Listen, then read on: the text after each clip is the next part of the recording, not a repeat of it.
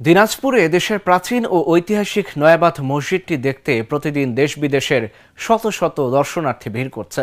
প্রত্যন্ত গ্রামে অবস্থিত এই মসজিদের নিরিবিলি পরিবেশে এসে মুগ্ধ দর্শনার্থীরা। শীত ও ঈদের সময় সবচেয়ে বেশি মানুষ বেড়াতে আসে এখানে। দিনাজপুর থেকে আবুল কাশেমের পাঠানো তথ্যচিত্রে ডেস্ক রিপোর্ট। দিনাজপুর শহর থেকে ২০ কিলোমিটার দূরে কাহারোল উপজেলার রামচন্দ্রপুর ইউনিয়নের নয়াবাদ গ্রামে প্রাচীন ও ঐতিহাসিক নয়াবাদ মসজিদ। মসজিদের প্রবেশদ্বারের উপরে একটি ফার্সি ভাষায় রচিত লিপি থেকে জানা যায়, সম্রাট দ্বিতীয় শাহ আলমের রাজত্বকালে ১২০০ বাংলা সন ও ১৭৯৩ ইংরেজি খ্রিস্টাব্দে প্রায় ১.৫ বিঘা জমির মাঝখানে এই মসজিদটি নির্মাণ করা হয়। বিখ্যাত কান্তিজিউ মন্দির নির্মাণের সময় পশ্চিমা দেশ থেকে আসা মুসলমান স্থাপত্যকর্মীরা কান্তনগরের পাশের নয়াবাদ গ্রামে বসবাস শুরু করেন। সেই গ্রামেই নামাজের জন্য তারা মসজিদটি নির্মাণ করেন। এটা প্রায় ৩১৮ বছর আগে নির্মিত হয়েছিল এবং নির্মাণের এটা আমার কাছে খুবই লেগেছে যে কান্তজিউ মন্দির যে কারিগররা তৈরি করছিলেন ৪৮ বছর ধরে, তাদেরই যারা মুসলিম কারিগর ছিল তারা এখানে সেই মসজিদটি তৈরি করেন এবং তাদের যেহেতু এটা অনেক দীর্ঘদিন ধরে নির্মিত হয়, তাদের বংশধরেরাও এই মসজিদ নির্মাণের, এবং এটা ইন্দো পারস্য স্থাপত্যশৈলীর একটা সুন্দর মসজিদ। আমার কাছে এটা ভালো লাগছে, এটা যেটা সংরক্ষিত হয়েছেই বলবো আমি।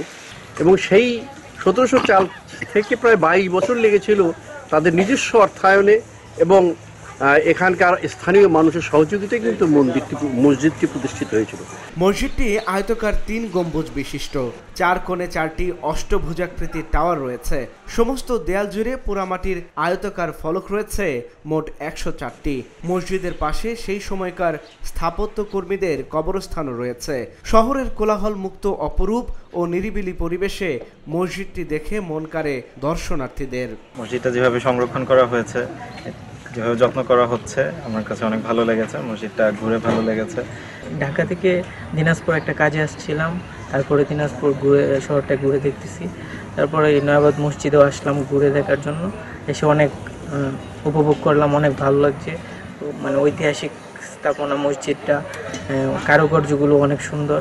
হাফেজ মোহাম্মদ জাহিদ হাসান বলেন, ২০১০ সাল থেকে এই নয়াবাদ মসজিদের ইমামতি করছেন তিনি। মসজিদের বর্ণনাও দেন তিনি।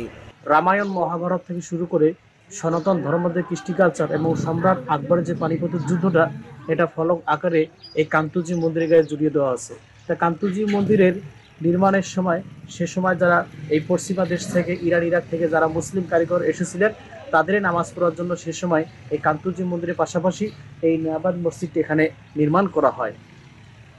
এবং সে সময় দিনাজপুরের মহারাজা এই মুসলিম কারিগরদেরকে কিছু লাখরা সম্পত্তি দিয়ে তাদেরকে এই মহলায় বসবাস করতে দেন এবং তারা এখানে স্থায়ীভাবে বসবাস শুরু করেন।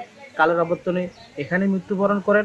ওদেরই উত্তরসূরি বংশধররা এখনো আছে, এই জন্য এই মহলাটার নাম মিস্ত্রিপাড়া নামেই পরিচিত।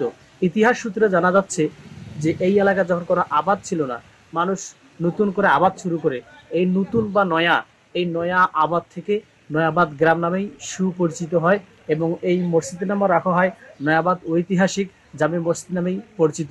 এখানে ৮-১০টা কবর ছিল। এই কবরগুলো সংরক্ষণ না করার কারণে এগুলো বিলীন হয়ে গিয়েছে। দৃশ্যমান একটি কবর আছে। এটা ধারণা করা হচ্ছে যে এই মসজিদের যিনি হেড মিস্ত্রি ছিলেন, এই ভদ্রলোকের নাম ছিল নেওয়াজ মিস্ত্রি, ডাক নাম কালুয়া মিস্ত্রি নামেই ব্যাপক প্রসিদ্ধ। দিনাজপুরের মতো জায়গায় অতি পুরাতন মসজিদটি সংরক্ষণ করার জন্য এবং দর্শনার্থীদের জন্য আরও উপযোগী করে তোলার আহ্বান জানান স্থানীয়রা।